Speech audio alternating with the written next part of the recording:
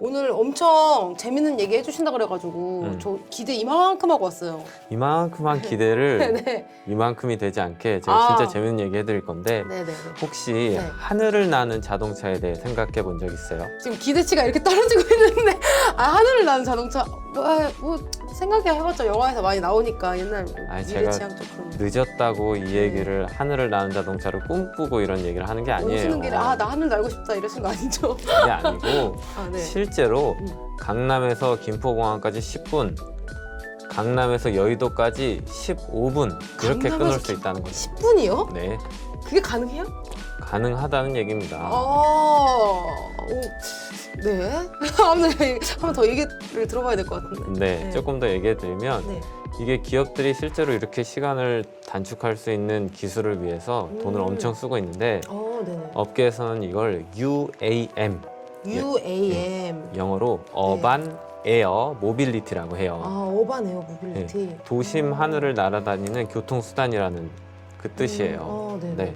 그래서 좀 쉽게 풀면 사람이 타고 다니는 하늘을 나는 택시 같은 경우는 에어 택시. 이렇게 에어 택시. 에어 택시 부르기 편하죠. 네네.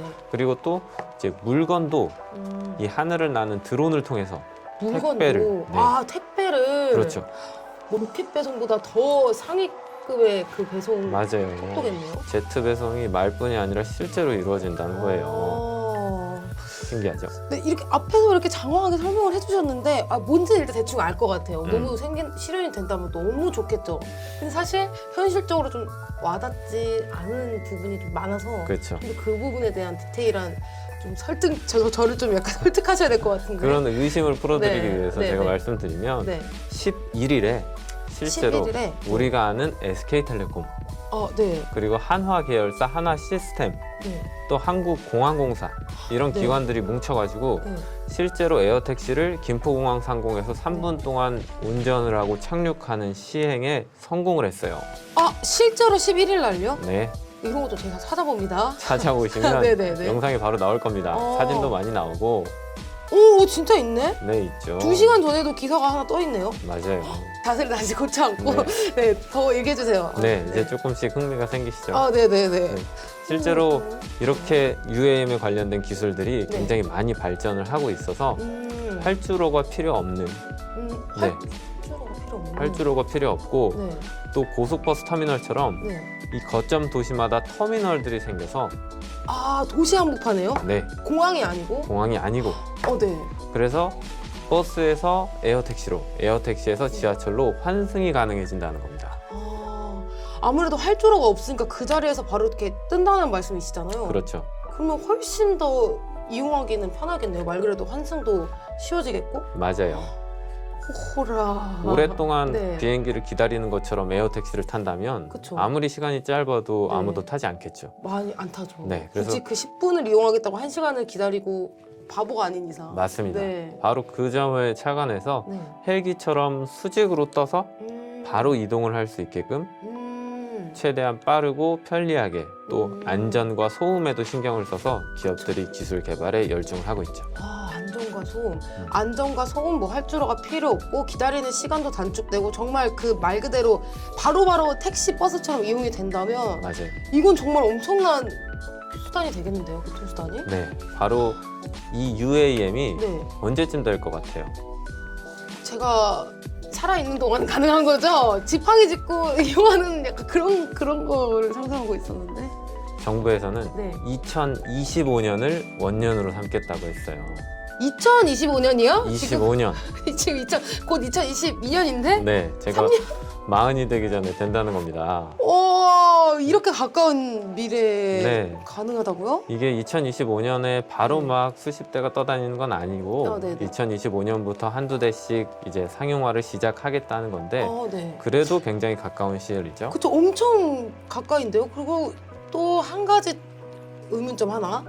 이게 아무래도 하늘을 나는 거잖아요. 비행기가 비싸듯이. 네, 근데 이용 요금에 대한 좀 우려도 있어요. 그렇죠. 많이 비쌀 것 같기도 하고. 아무래도 초기에는 비쌀 거고 분명히 네네. 하지만 지금 부산까지 가는 비행기 한 3만 원 정도 하고 또 모범 택시 이용 요금 정도를 생각하면 그보다 약간 비싸거나 뭐 그 정도 수준으로 맞추기 위해서 기업들이 정부와 같이 되게 노력을 많이 할 거예요.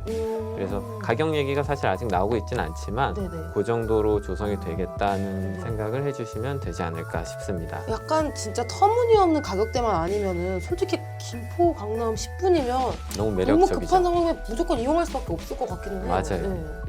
네, 그래서 계획대로 된다면 이게 진짜 4년 안에 에어택시 첫 에어택시를 볼 수 있는 건데 실제로 뭐 하나시스템, 롯데, 현대차, 대한항공 이런 기업뿐만 아니라 네. SK텔레콤, KT 같은 통신사들도 이 사업에 참여를 하고 있어요.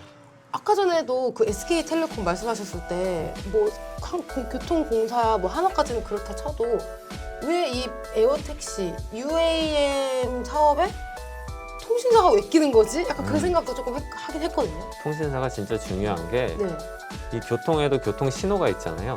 그렇죠. 통신사에서 이 교통 신호를 만들어주는 역할을 할 거예요. 그래서 아, 지상과 에어택시 또 네. 에어택시 간의 네. 통신을 담당해서 또 기상이변이 있거나 네. 뭐 노선을 잘 가고 있는지를 확인해 주거나 서로 간의 충돌을 막아주는 중요한 역할을 하는 거죠. 아, 그러니까 그 하늘길에 어떻게 보면 통신사가 신호등 역할을 해주는 맞아요. 거예요. 그 역할을 해줄 수 있을 겁니다. 네.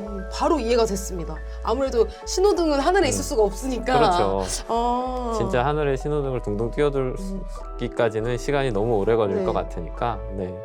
와, 진짜 사실은 그냥 이렇게 얘기만 들었을 때 너무 허황된 꿈 얘기 같고 이랬는데 아무래도 엄청난 그 대한민국에 손꼽히는 기업들이 지금 이 사업에 뛰어들고 있다는 것만으로도 그만큼 좀 신뢰가 되고 진짜 실현이 가능하겠다라는 좀 생각이 든 것 같아요. 맞아요. 아, 너무 UAM 사업은 네. 국내에서만 13조, 13조요? 네, 글로벌로는 730조까지 성장할 거라고 봐요. 730조요? 730조. 그게 가능한 돈 액수, 볼 수 있는 돈의 액수인가요?